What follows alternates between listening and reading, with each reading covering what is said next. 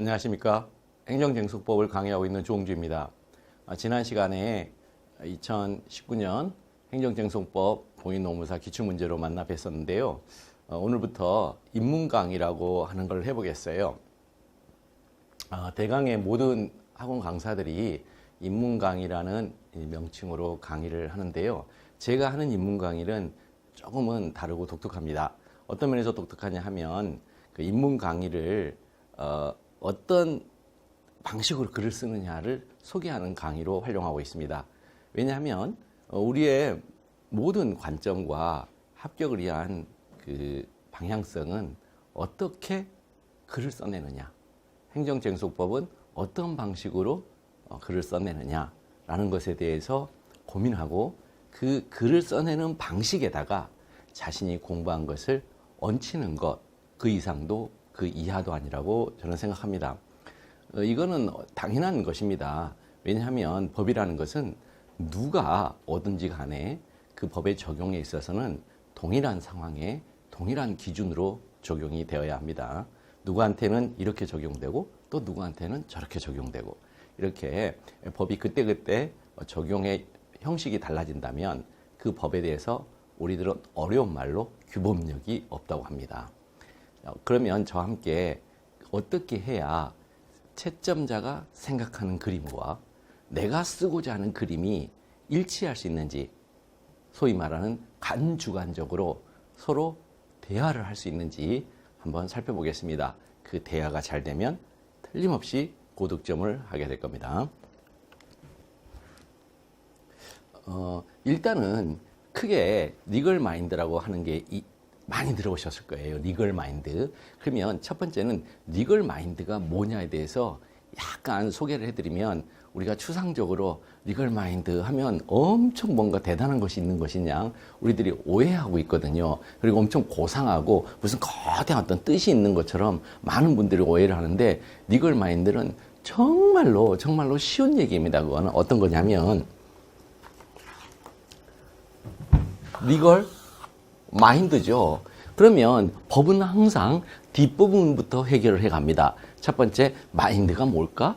두 번째, 그 마인드를 말하는 내용으로 쓸 리걸이 뭘까? 이걸 알고 계시면 되는 거예요. 그럼 마인드는 뭐냐면요. 마인드는 우리 이제 인간에는 세 가지가 있습니다. 스피릿이 있고요. 하트가 있고 마인드가 있습니다. 이렇게 세 가지가 우리가 흔히들 마음이라고 흔히 얘기할 때 이 세 가지를 이제 마음이라 하죠. 근데 이 마음이 작동하는 방식에 따라서 이렇게 크게 세 개로 나눕니다. 작동하는 방식이요. 어떤 방식으로 작동하냐면 이 마음은, 이 스피릿이란 마음은 신과의 절대자와의 소통을 하는 그런 그런 작동, 기능을 하는 것을 스피릿이 합니다. 하트라는 것은요, 육신적인 거예요. 세상적인 거, 육신적인 것에 대해서 어떤 것이 나한테 유리하고 어떤 걸 해야 내가 좀 더 잘 살까? more than, 남들보다 더 잘 살까? 예, 항상 비교식 속에서 살아가는 게 하트죠. 그 다음 마인드라는 건 뭐냐면요, 이거는요, 가는 방향성을 정해주는 돛입니다, 돛. 그렇죠? 배는 바람의 방향으로 가는 게 아니죠. 우리의 인생도 바람의 방향 따라 가는 게 아닙니다. 성경에서는 바람을 The fashion of this world, 이 세상 풍조라고 하는데 그게 세상의 유행을 말하거든요. 여러분들 유행 따라 사시면 안 돼요. 그죠? 남진의 얘기에 유행 따라 사는 것도 제멋이지만 그렇게 멋대로 사시면 안 됩니다. 어떻게 살아가죠? 자신의 세계관과 인생관이라는 그 관에 따라서 살아가죠. 이 관자가 이제 볼관자인데 굉장히 어려운 말이긴 한데요. 가치관, 세계관 이렇게 보는 어떤 세상적인 틀.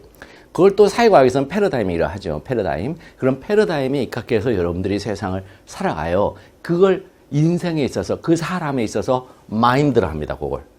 마인드예요. 그러니까 마인드라는 것은 여기서 내가 이 스피릿에 입각해서 세상을 살아갈 건지 하트에 입각해서 세상을 살아갈 것인지에 대해서 결정하는 뭐라고요? 네. 닷입니다. 닷. 그렇죠? 범선은 닷에 의해서 지나가잖아요. 방향성이 정해지잖아요. 닷에 의해서 도축 내리는 것이고 닷이죠. 닷. 바로 우리 인생의 마음속에 있는 보이지 않는 닷. 그 닷이 곧 마인드랍니다. 마인드예요. 그러니까 이 마인드가 된다는 얘기 결국 뭐의 마인드라는 것은 어떤 상황이 주어졌을 때 어느 길을 내가 갈 것일까라는 그런 방향성을 정하는 나의 가치관이죠. 근데 그 가치관을 채우고 있는 게 뭐라고요? 리걸인 거예요, 리걸. 법이라는 거예요, 법. 법이라는 거예요. 그러니까 그 가치관, 그러니까 결국 마인드라는 것은 어떤 문제 상황이 주어졌을 때 그 문제를 어떻게 풀이해야지라는 그런 나만의 패러다임이에요. 근데 그 패러다임을 뭘로 내용으로 갖고 있다? 리걸, 법으로 갖고 있다. 그거를 리걸 마인드라 그래요. 이제 쉽죠? 리걸 마인드는 아무것도 아니에요. 그럼 리걸 마인드라는 것은 결국 리걸 마인드를 가지고 있는 사람이 하는 행위는요, 크게 두 개밖에 없어요. 두 개밖에 없어요. 첫 번째, 나누기. 나누는 것이 리걸 마인드예요. 나누는 게. 뭐든지 나누는 거에 리걸 마인드고요. 두 번째는 나눈 것에 대해서 판단하기. 이거밖에 없어요. 나누고 판단하기가 리걸 마인드예요.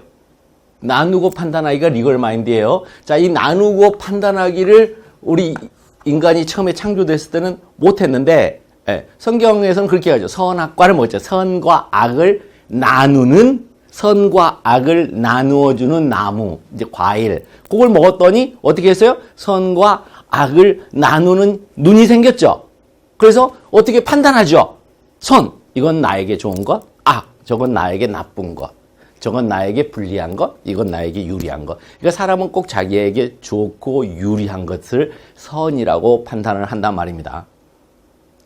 그걸 선악과라 그래요. 자, 이런 것들이, 그러니까 이 율법이라는 사고가 다 거기서 나온 거예요. 자, 이런 식으로 돼 있어요. 그러니까 마인드의 리걸 마인드라는 건 결국 뭐다? 나누고 판단하는 거다. 그러면 나누고 판단할 때 이거를 네 마음대로 나누고 네 마음대로 판단하면 되겠니? 라는 게 리걸 마인드예요. 그러니까 밖에서 주어져 있는 기준이 있다. 밖에서 주어져 있는 기준이 있는데 그 주어져 있는 기준이 눈에 보이는 기준으로 주어진 게 있고 눈에 보이지 않는 기준으로 주어져 있는 게 있어요. 눈에 보이는 기준을 우리가 성문법원, 눈에 보이지 않는 이거를 불문법원 그렇게 얘기를 하는 거예요. 그러니까 쉬워요. 법이라는 게 그렇게 어려운 과목이 아니에요, 여러분. 여러분의 상식으로 다 해결돼요. 상식으로 해결되는데 그 상식을 가지고 이 법을 이해하는 동원하는데 자꾸 괴리감이 생기니까 그게 어려운 것뿐이에요. 세상에 법처럼 쉬운 게 없어요. 여러분들은 계속 숨 쉬고 생각하고 밥 먹고 똥 싸고 하는 게 다 법적 행위예요, 그게. 아시겠죠? 나한테 유리하냐 불리하냐 그걸 판단하면서 계속해서 행위를 해나간단 말이에요. 모든 행위가. 그래서 인간의 숨쉬고 생각하고 하는 게 다 악하다 그렇게 얘기를 하는 거예요. 그래서 다 그 자기의 선악과에 입각해서 이제 세상을 살아간다 이렇게 본단 말이죠. 그러니까 이게 리걸 마인드 이게 아무것도 아니에요. 리걸 마인드라는 건. 그러면 그 리걸 마인드에 입각해서 이제 글을 써야 되는데 리걸 마인드 첫 번째 단계가 뭐냐면 대전제 쓰기 단계예요. 즉 나누고 판단을 하려면 나누고 판단한다. 나눈다. 나누려면 어떻게 뭐가 있어야 돼요, 여러분? 나누려면 뭐가 있어야 되죠? 기준이 있어야 되죠. 판단하려면 기준이 있어야 되죠. 자, 그 기준을 만들어내야 되는데 우리가 못 만들어요. 왜? 법이니까. 주어져 있는 기준이 있죠. 그거를 대전제라고 그래요. 이제 대전제란 말 여기서 여러분 어디선가 들어보셨을 건데 어디서 들어보셨죠? 아리스토텔레스의 3단 논법이라는 데서 들어봤어요. 그죠? 대전제, 소전제, 결론 이렇게 해서 3단 논법이라 하잖아요. 근데 이 3단 논법이 왜 나왔죠? 그거 아시면 여러분들이 왜 여기다 대전제란 말을 썼는지 알게 돼요. 3단 논법은요. 소피스트를 들어보셨을 거예요. 소피스트들이 그렇게 나쁜 사람들 아니죠. 소피스트들 천하의 나쁜 새끼들 그거 아니잖아요. 그거 잘못 알고 있는 거죠. 소피스트들이 뭐냐면 웅변술을 가리키는 사람들이었어요. 그럼 웅변술이 뭐였느냐? 웅변. 여러분 변자 어디선가 들어보셨어요? 행정소송법, 이 행송법 할 때 변자 어디서 들어보셨어요? 어디서 들어보셨을까요? 변론주의, 변론. 본안에서 이루어지는 거 우리가 변론이라 하잖아요. 그 변론을 하는 것을 웅이 뭐예요? 웅. 내 쪽으로 끌어오기가 웅이에요. 그쵸? 웅변한다. 웅변이 뭐예요? 변론을 통해서 내 쪽으로 끌어오기.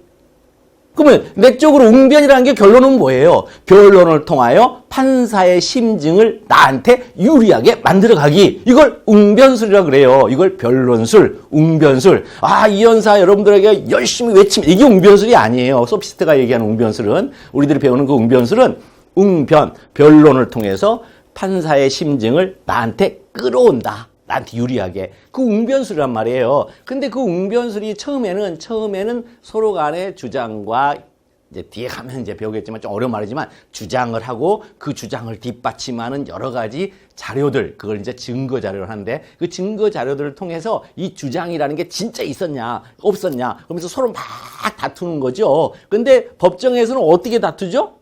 둘이 막 원고하고 피고가 서로 얼굴 부딪히고 삿대질하면서 막 다투나요? 그거 아니죠. 그거 아니죠. 뭐 어떻게 다투죠? 판사를 내 편으로 끌어오해서 판사만 쳐다보면서 다투죠. 그걸 대심구조 그렇게 얘기를 해요. 어려운 말로.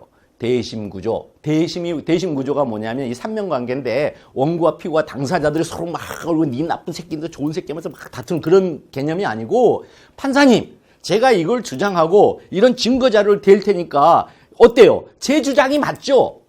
그렇게 서로가 판사의 심증을 나한테 끌어오려고 계속해서 판사한테 객관적으로 존재하는 제3자의 마음을 계속해서 내 편으로 끌어오려고 하는 그 작업들, 이걸 웅변술이라 그래요. 근데 이 웅변술이 이제 어디까지 발전하냐면 상대방의 주장을 깨기 위해서 궤변론까지 발전한단 말입니다. 그러니까 상대방의 주장을 깨기 위해서 네 말 맞아. 그런데 이렇게 본다면 어떡할 거야? 이런 식으로 상대방이 입증하지 못하는 것을 끌고 들어가서 상대방에게 입증의 덤태기를 씌우는 거. 그런 거 많이 하잖아요. 언론에서 진짜 많이 하는 게 그런 작업이. 그래서 그런 언론은 안 된다 그래서 그걸 기레기를 한단 말이에요. 지가 입증해야 될 걸 상대방한테 네가 안 했다는 거 입증해봐. 이렇게 넘기는 건 안 된다는 거예요. 아시겠죠? 이제 그런 것들을 깨기 위해서 아리스토텔레스가 3단 논법이라는 걸 끌고 왔어요. 그래, 너희들이 얘기하는 그 웅변술 좋아. 그런데 너희들이 웅변술이 궤변론으로 흘러간다는 거, 그러니까 절대로 그건 타당한 결론이 아니야. 타당한 주장이 아니라는 것을 내가 이 3단 논법이란 틀 속에서 한번 검증해 볼게. 그래서 3단 논법은 웅변술이 타당한 주장인지 궤변에 불과한지를 판단하는 검증 수단이었단 말입니다. 그래서 그 검증 수단이 대전제, 소전제, 결론이란 방식으로 나오는 거예요. 아시겠죠? 그러니까 무슨 얘기냐면 이제 이런 것들이 있어요. 대전제. 우리가 맨날 배우는 게 있죠. 소크라테스는 인간은 죽는다. 이게 이제 대전제예요. 이게 대전제. 대전제는 뭐냐면 밖에서 주어져 있는 움직일 수 없는 기준을 말해요. 밖에서 주어져 있는 움직일 수 없는 기준을 대전제라 그래요. 그다음 소전제는 뭐냐면 소크라테스는 사람이다. 그렇죠? 테스는 인간이다. 이렇게 해서 인간이다. 이렇게 했어요. 그럼 결론이 어떻게 되죠? 소크라테스는 죽는다. 이렇게 가야 되죠? 이렇게 가는 게 이제 이렇게 가는 것을 타당한 주장이며 타당한 결론이라 그래요. 여러분 타당성과 그 정당성 이건 헷갈리시면 안 돼요. 정당성 그러니까 진실, 실체적인 진실이 완전히 다 밝혀져서 정말 정당한 거냐? 그거는 우리 인간은 불가능해요. 그죠? 인간은 자기가 우리의 사고가 이 육신이라는 몸속에 한계 지어져 있기 때문에 신적인 존재들처럼 모든 세상의 모든 가치들과 그 가치들 간의 우열관계를 우리가 알 수가 없단 말이에요. 그러니까 인간은 이성이 갇혀져 있는 감옥이라 하잖아요, 인간을. 그렇죠? 그래서 여러분들 행정학은 배우시나? 제약된 합리성이라는 표현들이 나오는 거거든요. 어쨌든 그 주어져 있는 한계 내에서 어쨌든 주장이 자기가 주어져 있는 한계 내에서의 이성적인 판단, 주어져 있는 한계 내에서의 그때까지 밝혀진 진실이라고 보여지는 진실의 파편들 가지고 상대방한테 얘기하는 것. 근데 그 주장이 앞뒤가 맞네? 그러면 그 한계 내에서는 맞으니까 우리가 일단 타당한 걸로 받아주자. 그런데 밝혀지지 않은 어떤 진실이 들어와서 야 사실은 그게 이거였어. 새로운 해석의 관점을 보여줘서 그걸 갖다 봤더니 설명력이 더 좋아. 그럼 이게 더 타당한 주장이 된단 말입니다. 그럼 이 더 타당한 주장을 깨기 위해서 이 주장을 했던 사람이 그 인과성이 없다는 걸 또 밝혀내야 돼요. 그 인과성이 없다는 걸 밝히지 못하면 이 사람이 그 판사의 마음을 끌어당기게 돼요. 여러분들 이런 거 정말 많이 배우잖아요. 옛날에 이제 박근혜 대통령, 전 대통령 탄핵 심판 사건에서도 그런 것들이 서로 오가는 걸 여러분들이 아마 관심 있었던 분들은 TV를 통해서 봤을 거예요. 서로 막 주의 주장이 서로 오가는 거. 그 다음에 이제 이번 조국 장관 사태에서도 검찰이 막 이렇게 여러 가지 근데 그 검찰이 언론에 흘리는 걸 왜 그렇게 사람들이 뭐라 그러냐면 그건 검찰이 다 법정에서 입증해야 될 것들이에요. 입증해야 될 건데 그것을 언론을 흘리면서 기정사실함으로써 뭐예요? 입증 책임을 오히려 상대방한테 지금 떠넘기고 있단 말입니다. 상대방한테 지금 우리가 보니까 사실관계가 이렇게 지금 우리가 밝혀졌고 우리 사실관계 이렇게밖에 구성을 못하겠어. 그러니 이렇게 구성된 사실관계를 네가 깨봐. 아니 본인이 그런 관계를 입증을 해야 된다니까요. 무죄 추정의 원칙에 의해서. 근데 지금 그걸 거꾸로 하고 그래서 이 피의사실 공표죄가 그렇게 무서운 죄인데 우리나라 사문화돼 있어요. 돼 있는데 앞으로 이제 그것을 정상적인 관점으로 이제 돌리겠다. 이게 지금 현재 무슨 검찰 개혁의 이름으로 하고 이루어지는데 그거는 개혁이 아니에요. 원래대로 하는 거예요. 정상으로 돌아가는 거예요. 그러니까 너무 비정상적으로 운영을 해온 것 뿐이에요. 무죄 추정의 원칙이라는 건 여러분들 이제 뒤에 더하고 공부하다 보면 이제 원구적격에서 그 인근 환경영향평가 내의 주민들이라는 환경사익이 사실상 추정된다. 그럴 때 그 추정이란 말을 한번 배우시거든요. 그 추정의 의미가 뭔지, 그 추정의 의미가 뭔지 말하면 무죄 추정의 원칙이 왜 이렇게 중요하고 우리 국민들의 자유와 권리를 최우적으로 방어해주고 최우적으로 지켜주는 엄청나게 중요한 원칙이라는 걸 아시게 될 거예요. 그게 이 언론사들과 이렇게 해버리면 무력화된단 말입니다. 그게 그러니까 그 정말 심각한 문제가 돼요. 그게 그걸 우리 국민들이 잘 모르고 있는 거예요. 본인이 그 상황이 없으니까 모르고 있는 거예요. 그 상황에 한번 처해보세요. 본인이 처한다고 생각해 보세요. 미치고 팔짝 뛰는 거예요. 자 어쨌든 자 이렇게 3단 논법은 이렇게 돼야 타당한 것이야. 그런데 소피스트들이 어떻게 했냐면 이렇게 했단 말이에요. 이럴 때 여기서 이제 나오는 궤변이 뭐냐면 이거예요.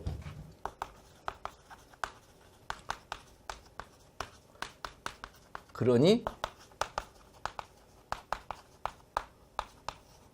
이렇게 가는 거예요. 이렇게 소크라테스는 죽는다. 그러니 소크라테스 인간이다. 이렇게요. 이렇게 가는 거예요. 이렇게 가면 궤변이 되는 거예요. 이거요. 이걸 그 3단 논법이 14가지 무드가 유형이 있어요. 그 중에 그 9개 무드가 타당한 검증 수단이고 4개가 펄러시, 오류 수단이라고 하는데 그 오류 중에 하나가 대표적인 거예요. 그래서 인간은 죽는다 이렇게 이제 돼 있죠. 그러면 이게 이제 정당한 소존되면 S가 와서 여기에 들어와야 되거든요. 근데 V를 갖고 이게 수로 부분을 가지고 와서 이렇게 소존재를 구성한 다음에 그러면 소크라테스 인간이다 이렇게 한단 말이죠. 예컨대 여기다가 돼지를 넣어보세요. 돼지는 죽는다. 그러면 돼지는 인간이다 이렇게 가버린단 말이에요. 이 궤변이죠. 그죠? 그러니까 이런 식으로 이렇게 하는 거예요. 그래서 우리는 가장 먼저 이 대전제라는 것을 행정쟁송법을 배워가는 과정에서 배우게 될 거예요. 그 대전제가 뭔지를. 그래야 그 대전제로부터 이 명사들을 가지고서 빼낼 수 있어요. 그러면 이제 그러면 이 명사를 가지고 빼낼 때 일단 결론부터 말씀드리면 이 사례형 목차는 달라요. 사례형 목차는 논문형 목차와 완전히 달라요. 근데 지금까지 여러분들 공부하셨을 때 사례형 목차라는 걸 배워보신 적이 별로 없어요. 그래서 어떻게 하냐면 그냥 논문형 목차를 거기다 썼어요. 그냥. 그런데 이 워딩 플레이를 통해서 이 논술은 진행이 되게 돼 있어요. 이 워딩 플레이가 뭐냐면 앞에 있던 이 명사를 가지고 그 뒷부분을 끌고 와서 목차를 만든단 말입니다. 그러면 여기서 목차가 뭐냐면 소크라테스가 뭐예요? 인간인지 여부 이렇게 된단 말입니다. 인간인지 여부 이게 목차예요. 그러면 여부라는 것은 yes or no잖아요. yes or no니까 yes or no에 해당하는 이걸 판단하는 판단 기준이 필요하게 된단 말입니다. 그럼 이 판단 기준 다시 그래서 나누기 판단하기 이 구조가 그대로 나타나야 돼요. 쟁송법 답안에 그걸 저하고 이번 입문 강의 통해서 뭔지를 하나씩 한번 살펴보자고요. 정말 쉬워요. 요것만 아시면 여러분 있잖아요. 쟁송법은 무조건 60점 이하를 맞고 싶어도 못 맞아요. 요거요. 못 맞다니까요. 왜? 암기가 이제 여러분들 미친 듯이 공부하시잖아요. 그러니까 암기는 당연히 수험생이라면 한다는 전제하에 이런 얼개나 걸개 구조 속에서 여러분들이 외웠던 것을 배치만 해, 어레인지먼트, 배열만 해도 당연히 60점 넘게 돼 있어요. 그런데 자꾸 어떤 교재에 목차를 가지고 쓰려고 하니까 너무너무 어려운 거예요. 법이라는 게. 그렇게 하는 거 아니에요. 그거는 옛날 약수령 시대나 가능한 거고 올해부터 거의 나는 이제 앞으로 사령으로 될 거야 하고 교수님들이 올해 아주 의지를 보여주시더만요. 1문, 2문, 3문을. 물론 이제 3문이 사령을 빙자한 약수령이긴 했지만 그건 과도기적으로 나오는 문제니까 이제 그렇다 치고요. 그래서 일단은 첫째, 리걸 마인드 첫 번째 단계 꼭 기억하세요. 대전제 쓰는 단계예요. 대전제로부터 들어가요. 그러면 대전제를 볼게요. 제시문에 묻는 문제를 if로 만들면 돼요. if. 그러니까 머릿속에서, 이건 머릿속이에요. 머릿속에서 if로 한번 만들어 보는 거예요. 올해 시험 문제 같은 경우 이제 그런 거 있잖아요. 제 1문이 뭐였어요? 어떠한 의무를 지느냐 이렇게 물어봤죠. 재심 판정이 법원에서 취소됐단 말이에요. 그렇죠? 재심 판정이 취소됐어요. 이제 재결주의라는 건데 이제 그것도 이제 좀 중요한 부분이라 이제 배우게 될 건데요. 우리가 재결주의는 없어요. 행정법에 없는데 우리하고 특허심판원하고 몇 군데만 재결주의가 있어요. 딱 3개 정도가 재결주의가 있는데 그중에 우리 노무사 영역에 이 재결주의가 있단 말입니다. 이게 노동위원회법에. 그래서 그 재결주의가 그렇게 물어보고 싶은 지점 중에 하나예요. 굉장히 독특하거든요. 재결주의가. 그렇게 물어보고 싶은 건데 올해 냈어요. 그럼 내년에 이제 안 나올 것 같아요. 일단은. 근데 일단은 재심 판정이 취소됐어요. 그럼 재심 판정이 취소되면은 재심 판정을 취소한 중앙노동위원회는 어떠한 의무를 지냐는 거예요. 그 판결에 대해서. 그러면 판결이 났어. 근데 그 판결이 취소를 인용하는 판결이야. 재심 판정의 취소를 인용하는 판결인데 재심 판정은 이거는 거부 처분도 아니고 수익적 처분도 아니네. 그럼 뭐 어디로 가야 되지? 이걸 하려면 그러니까 어떤 의무를 지는지를 알려면 행정소법 30조로 가면 되겠네. 이렇게 찾아내는 거예요. 머릿속에 if로 만들면서. 이거 if로 만들면서요. 다음에 그 if를 만족시키기 위한 이제 대전제를 선택하는데 이 대전제 if 이건 머릿속에서 자, 이 문제 풀려면 이렇게. 그러니까 문제를 보실 때 덩어리로 보시면 절대 안 돼요. 덩어리로 쭉 던져. 이거 뭐 점살 추가 변경 얘기네. 이거 뭔 얘기? 이렇게 생각하시면 안 된다고요. 그거를 if로 바꿔보시라고요. 만약 이걸 풀려면 어떤 게 필요하지? 이 문이 그거 있잖아요. 재심판정위원회가 이제 질 것 같으니까 노동행위의 성격을 그때 부당 노동행위 성격을 이제 업무 방해 비슷한 이제 업무를 방해하는 거 이쪽으로 돌리고 싶어. 사유를. 이렇게 이제 돌린단 말이에요. 그럼 이렇게, 사유를 돌린다고? 만약 사유를 돌리려면, 그러면, 있어봐. 뭐가 필요하지? 그랬더니 3개가 필요하다는 거예요. 타입이. 첫 번째는 if should 문장이 필요한 게 있고요. 하나는 법률 규정이 필요한 게 있고, 하나는 의의가 필요한 게 있어요. 자, 요 3가지는 여러분들이 꼭 외우셔야 되거든요. 여기서부터 출발해요. 문제풀이가. 그래서 if should 문장은 제가 가르쳐 드릴 것이고 법률 규정은 당연히 법에 있는 것이고 의의는 교수님들의 강학상 정의, 의의 중에 제일 중요한 정의는 법규상 정의가 제일 중요해요. 법의 정의가 있어요. 행정지도의 정의, 그 다음에 예컨대 행정청의 정의, 그 다음에 다양한 정의들이 있어요. 행정조사의 정의 이런 것들은 법에 있고요. 그 다음에 두 번째 중요한 정의는 판례의 정의예요. 여러분들이 이제 잘 안 배우시는데 가끔 이제 나오니까 우리는 어쩔 수 없이 해야 되거든요. 그것까지 행정계획의 정의요. 행정계획의 정의 같은 경우는 판례의 정의예요. 그 다음에 마지막으로 이제 정의 여러분들이 제일 많이 하는 게 강학상 정의. 학자들이 일치되어서 내놓는 정의, 강학상 허가, 강학상 특허, 강학상 인가 이런 정의들이 있죠. 그런 정의들을 외우셔야 돼요. 그래서 여기도 3가지가 있어요. 법률 규정에 의한 정의, 그 다음에 판례가 내린 정의, 그 다음에 학자들이 일치되게 내린 정의, 강학상 정의. 이렇게 그래서 법률 규정상 정의, 판례상 정의, 강학상 정의 이렇게 3가지가 있을 때 이 강학상 정의가 있음에도 불구하고 만약 판례상 정의가 있다. 요거 외우는 게 더 고득점이에요. 여기서 고득점이라는 것은 무슨 몇십 점 차이 그런 거 없어요. 1점에서 2점 정도 차이가 나는 거예요. 그 다음에 법률 규정상 정의도 법률 규정이 있을 땐 법률 규정을 쓰는 게 좋은 거예요. 보고 베끼는 거예요. 법률 규정은 보고 베끼는 거예요. 그 다음에 법률 규정들이 있는 게 있어요. 많죠. 법률 규정 19조의 취소의 대상이라든가 13조의 원고적격에 관한 규정이라든가 12조에 그 다음에 13조의 피고적격에 관한 규정이라든가 그다음에 12조 후문에 협의의 소위기에 관한 규정. 이런 법률 규정들이 있을 때 그 법률 규정 찾기. 쉽죠? 쉽죠? 여러분들이 저한테 배울 거는 이거밖에 없어요. 이거 하고 요거는 어차피 교수님들 교재에 다 있어요. 요것만 저한테 배우는 거예요. 요거 if should가 뭔지만 배우시면 된단 말이에요. 그래서 그거를 이제 이 세 가지 타입이 있다. 이걸 꼭 기억하세요. 자, 다시 한번 보면 뭐 if should 문장으로 이루어진 대전제가 있다. 두 번째는 법률 규정이 대전제인 경우가 있다. 세 번째는 의의가 대전제인 경우가 있다. 됐죠? 자, 그러면 여기서 그 if should 문장의 대전제인 거를 한번 볼게요. if should 문장의 대전제는 우리 시험에서는 이거 있잖아요. 딱 하나 있어. 딱 하나.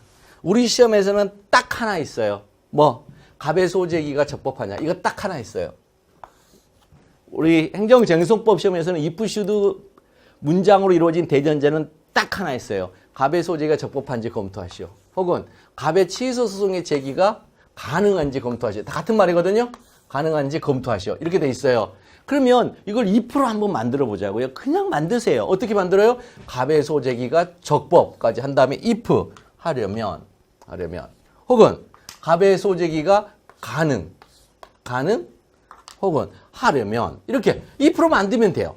여기까지는 뭐예요? 다 그대로 그냥 위에 썼던 문장.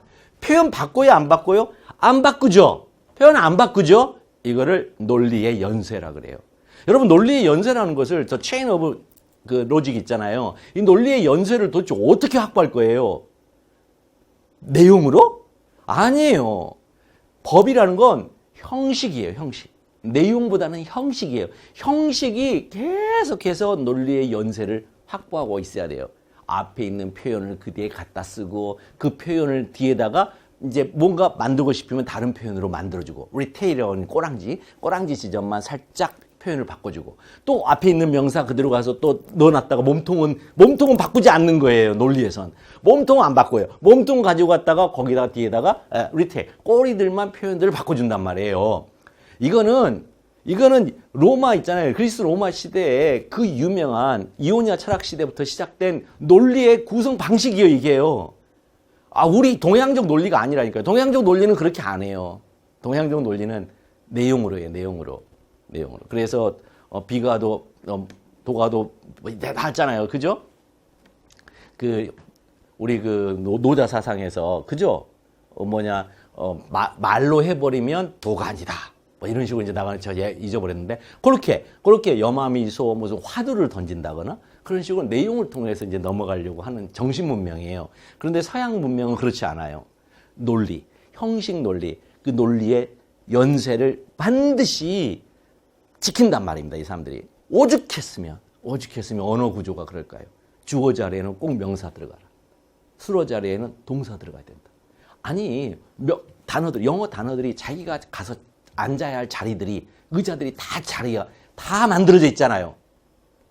그렇죠? 근데 동사를 주어 자리에 앉히고 싶어. 그러니까 어떻게 해요? 명사화 시켜야죠. 그래서 그걸 동명사를 하잖아요. 혹은 투부정사를 하잖아요. 그렇죠? 투부정사는 정형이 없으니까 투부정사 얘는 명사 완전히 박지 중에 상박지죠. 명사도 됐다가 부사형도 됐다가 형사형도 됐다가 그러니까 투부정사를 하죠. 그러니까 그렇게 앉는 자리들이 정해져 있단 말입니다. 얘네들은 어떻게 형식적으로 눈에 보이게. 근데 이 법이라는 게 참 우리 이 법이라는 게 우리 경국대전 체계가 완전히 무너졌잖아요. 우리는 고조선의 8조근법부터 시작해서 우리의 전통적으로 계속해서 우리 생활을 지배해왔던 법이 1905년 사법권이 일제한테 박탈되면서 1905년에 박탈되거든요. 그러면서 우리나라에 일방적으로 서양법이 이식됐단 말입니다. 그것도 일본을 통해서 처음에는 네덜란드 민법 그러다가 독일 민법 훅 들어오고 그 다음에 뭐 행정법도 독일 행정법이 일본 행정법 통해서 훅 들어오고 이렇게 다 들어왔단 말이에요. 우리나라로. 그래서 우리는요. 경국대전이 홍범 14전이 이거 다 파괴됐어요. 우리 전통법이 없어요. 지금. 무슨 전통문화를 어떻게 개발 발전해요? 법이 아닌데. 그러니까 옛날 우리 조상들이 지금 현재 시대에 우리나라에 오면은 안 맞는다니까요. 서로.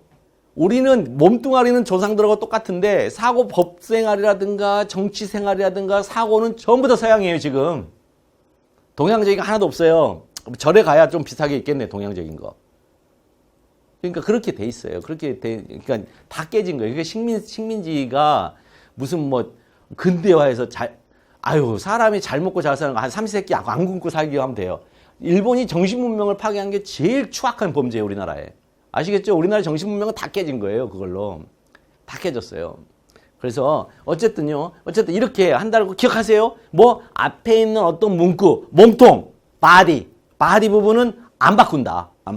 그래서 요 바디, 갑의 소제의가 적법, 이게 바디고, 그 다음에 갑의 취소 소송의 제의가 가능, 얘가 바디란 말이에요. 그럼 요 바디 그대로 끌고 오고, 그 다음에 뭐뭐 하려면 이렇게 2% 바꿔주기만 하면 돼요. 그 다음에 여러분들이 외우셔야 돼요. 이거 외우는 거죠. 슈드 부분. 자, 처분을 취소의 대상으로 원고적격, 피고적격, 협의소액, 제소기관, 관할법원, 행정심판, 전치 등의 요건을 충족하여야 한다. 슈드. 충족해야 한다. 자, 소송 요건은 충족한다고 되죠. 혹은 그 교수님들이 그냥 무심코 써가지고 이제는 일종의 간주관성을 확보하는 수단으로 개념화된 게 있어요. 인정이라고도 해요, 여기다. 요건이 인정되어야 한다. 이렇게도 써도 상관은 없어요. 인정돼야 한다. 그러니까 그 교수님들이 이거 원래는 요건이란 건 충족이란 말이에요. 그쵸?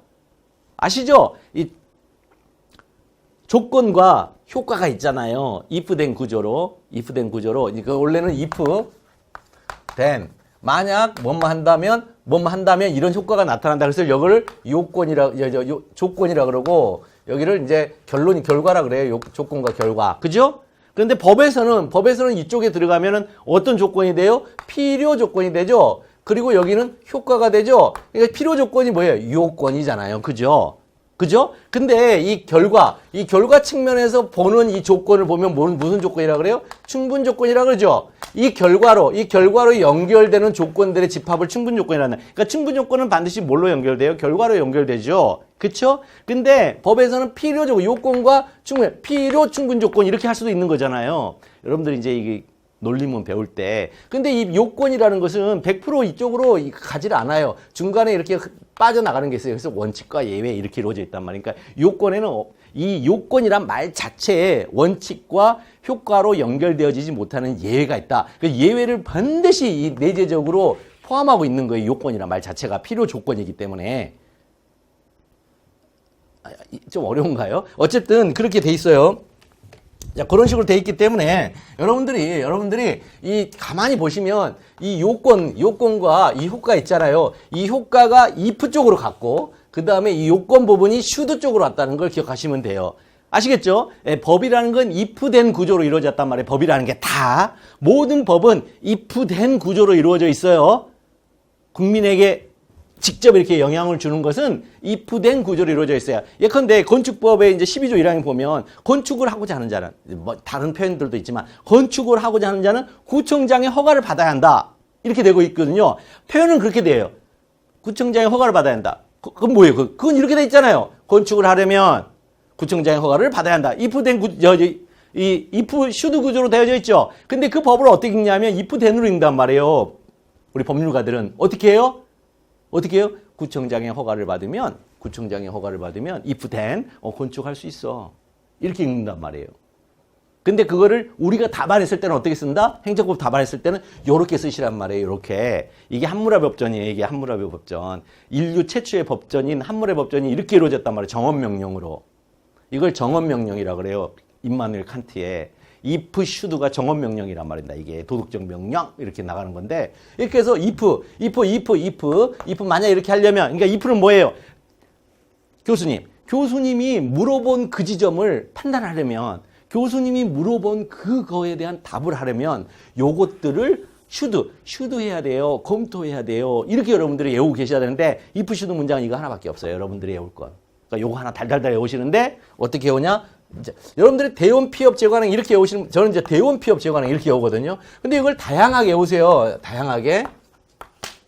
이제 두 문자로 외우셔야 돼요. 대원 피업 제거하는 이게 소송 요건인데 이게 소송 요건이죠. 이걸 소송 요건이라 하는데 이제 저하고 이제 같이 하면서 계속 이제 배우실 건데 이게 소송 요건이에요. 그러면 소송 요건이니까 여러분들 만약 소송 요건만 막 외우거든요. 아니죠. 금방 얘기했잖아요. 요건이 있으니까 뭘로 연결된다고요? 효과. 그래서 소송 효과로 연결이 됩니다. 이게 소송 요건이기 때문에 소송 효과로 연결돼요. 그래서 요건을 다 만족하면 어떤 효과가 발생하고 요건을 다 만족하지 못하면 어떤 효과가 발생하겠죠. 그죠? 그것을 배우는 거죠, 여기서. 그래서 소송 요건을 만족하지 못하면 뭐 한다? 부적법 소각화 판결이라는 소송 효과가 나타난다. 소송 요건을 다 만족하면 어떤 효과가 발생한다? 본안 판결을 내려야 하는 효과가 발생한다. 이렇게 가는 거예요. 이게 소송 효과예요, 그게. 그러니까 요건이기 때문에 효과가 반드시 발생하는데 소송 요건은 엄청 해오는데 그 효과가 뭐야 그러면 그게 뭐예요? 이렇게 물어보는 학생들이 너무나 많다는 거예요. 자, 그래서 이거 대원 피업 재관행 이렇게 외우시는 겁니다. 이거 그걸 그렇게 왜 외워야 되는지는 이제 실제 우리 수업에 들어가면 다시 말씀해 드릴게요. 그래서 이거 대원 피협 재관행 이렇게 외우세요. 대원 피협 재관행 대원예고를 피하려다가 협재관에서 이제 무슨 뭘 행했다 뭐 이렇게 지금 여러분 머릿속에 외우시면 저는 대원 피협 재관행 하도 말을 해가지고 원래는 이제 이 매직 넘버 7이라고 아세요? 이 기억력을 그다음에 기억을 탐구하는 학문에서는 7글자를 가장 암기하기 좋은 매직 넘버 마법의 수라고 그래요. 근데 해필이면 소송 요건이 7개로 이루어져 있어요. 대원 피협 재관행 매직 넘버 7이에요. 이거 외우세요. 예. 매직 넘버 7이 또 어디 있냐면요. 여러분들 주민등록번호 뒷자리요. 앞에 생년월일 빼고 거기도 7자리예요. 그런 식으로 매직 넘버가 거기 쓰여져 있어요. 자, 그렇게 대원 피협 재관행 매직 넘버 7이에요. 대원 피협 재관행. 그래서 처분을 취소의 대상으로 원고 적격, 피고 적격, 협의소의 재소용 관할부 행정심판 전치 등의 요건을 충족하여야 한다. 여기까지. 자, 이프슈도 첫 번째 대전제 하나 가르쳐 드렸어요. 우리가 시험 문제 풀이할 때 필요한 대전제 하나. 그 다음에 두 번째 이제 대전제도 또 이제 2% 바꿔보는 거죠. 이제 법률 규정인데요. 자, 땡땡이 앞에 나와 있는 땡땡이 취소송의 대상인 처분인지 검토하시오. 이렇게 했어요. 취소송의 대상인 처분인지 검토하시오. 만약 이렇게 나왔어요. 그러면 땡땡이 그 2% 한번 바꿔보시라고요. 땡땡이 취소송의 대상인 처분인지 검토하려면 행정소법 19조에 해당하는지 문제되겠네. 즉 행정법 제19조에 해당해야 한다. 행정법 19조를 적용하여 그 적용이 되어야 한다. 이렇게 돼야 할 거 아니에요. 그러니까 바로 행정법 19조하고 19조 갔더니 또 뭐라고 나와요. 여러분들 뒤에 배우지만 취소는 처분 등을 그 대상으로 하니까 그 대상 처분이 뭐냐면 행정법 2조 1항 1호에 처분의 개념이 나와 있단 말입니다. 그래서 여기서는요. 법조문이 2개가 필요해요. 취소 소송의 대상인 처분인지 검토하시오. 그러면 이 법률 규정 2개가 필요해요. 만약에 항고 소송의 대상인 처분인지 검토하시오. 그러면 법률 규정이 3개가 필요해요. 자, 그건 또 수업 들어가서 또 한번 살펴보기로 하고. 그래서 이런 다음에 이제 법률 규정이 지금 대전제잖아요. 그럼 대전제 아까 if should는 우리가 외워서 썼어요. if 뭐뭐 하려면 즉 갑의 취소송의 제의가 적법하려면 대원 피협 재관행 요건을 충족해야 한다. 이렇게 외웠단 말이에요. 그럼 법률 규정에서는 외울 필요가 없죠. 그냥 보고 베끼면 됩니다. 그래서 근데 보고 베끼는데 어떻게 보고 있느냐면 뭐뭐에 의하면 이렇게 보고 베끼세요. 뭐뭐에 의하면 이렇게 보고 베끼세요. 왜냐하면 법치행정의 원리가 by the law거든요. by the law. 법치행정이 자 통제되어지는 controlled. 그 다음에 administrative 액션이죠. administrative 액션. 즉 행정작용인데 이렇게 controlled by the law. 법에 의하여 통제되어지는 행정작용. 이렇게 법치행정이거든요. 그래서 법치행정 by죠. by. 근데 이 the law가 뭐예요? 법률 규정이죠. 법률 규정. by는요. 에 의하면 이렇게 하는 거죠. by.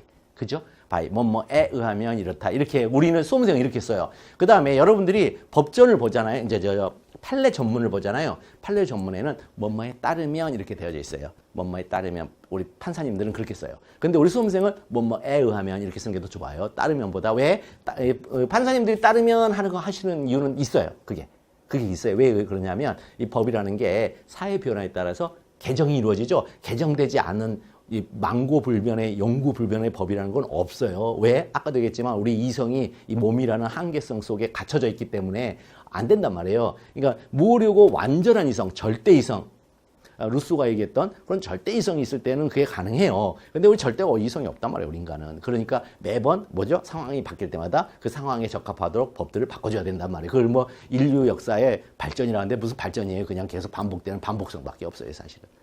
그렇잖아요. 발전이 있어요? 여러분들 유행을 봐보세요. 인간이 발전해요. 60년대 민스커트 유행했다가 또 한동안 또 우리 한 90년대가 또 유행했다. 유행은 돌고 돈다 하잖아요. 그죠? 그러니까는 아리스토텔레스가 그랬잖아요. 빌로우 더 문이라고 해서 달 아래 세우는 건 하나도 없다. 그랬단 말이에요. 유행은 돌고 돕니다. 인간은 인류의 발전하는 게 없어요. 단지 뭐예요? 편의성이 증대될 뿐이에요. 그러니까 편리함이 증대될 뿐이에요. 기술 발전에 따라서. 자, 그런데, 자, 이렇게 바이라는 것을 쓰시면 돼요. 하면, 하고 나서, 여기서부터, 여기, 준하 행정력, 여기까지는 보고 베끼는 거예요, 그냥. 그 상태 그대로. 토시 하나 틀리지 말고, 법조문을 보고 베끼세요. 제가 이런 거 몰랐을 때, 제가 이거 모르고 이제 처음에 시험에 이제 행시 1차 합격해서 저희 때는 성균관대학교 저 위에 언덕 위에 강당에서 봤거든요. 이제 강당이 아니고 이제 그 강의실인데 그때는 어떻게 했냐면 여기 위에서 족자가 쫙 내려오면서 제1문, 제 몇 회 행정고시, 그 다음에 행정법 제1문 하면서 쭉 이거, 이제 뭐 수험생들도 그 펜 있죠, 펜, 잉크 가져와서 막 쓰다가 엎지기도 하고 막 별의별 일이 일어나는 그런 이제 시절에 시험을 봤는데 그때도 법전을 주죠, 이제 행시에서. 법전을 줬는데 법전을 주면 어떻게 되냐. 저는 진짜 바보 멍충이었어요. 법전 주니까 이쪽에다 딱 해놓고 하니까 이렇게 쓰는데 남들은 법전을 보고 베끼는데 초시 말고 제시 뭐 이런 사람들, 그 다음에 좀 연륜 있는 쌓인 사람들은 법전을 보고 베끼는데 저는 귀엽고 애워서 쓰려고. 그거 안에 있는데. 왜냐? 이거 보고 베끼면 꼭 컨닝하는 기분이었거든요. 그러니까 이거는 참고용이지 보고 베끼는 게 아니다. 그럼 바보 같은 생각을 했어요. 아니에요. 법전은 보고 베끼라고 주는 거예요. 여러분 노무사 법전 주잖아요. 보고 베끼라고 주는 거예요. 보고 베끼라고. 그러니까 바보인 거예요. 우리 컨닝한다는 생각으로 감히 보고 베낄 생각을 못 하는 거예요. 조금만 쉬었다 하겠습니다.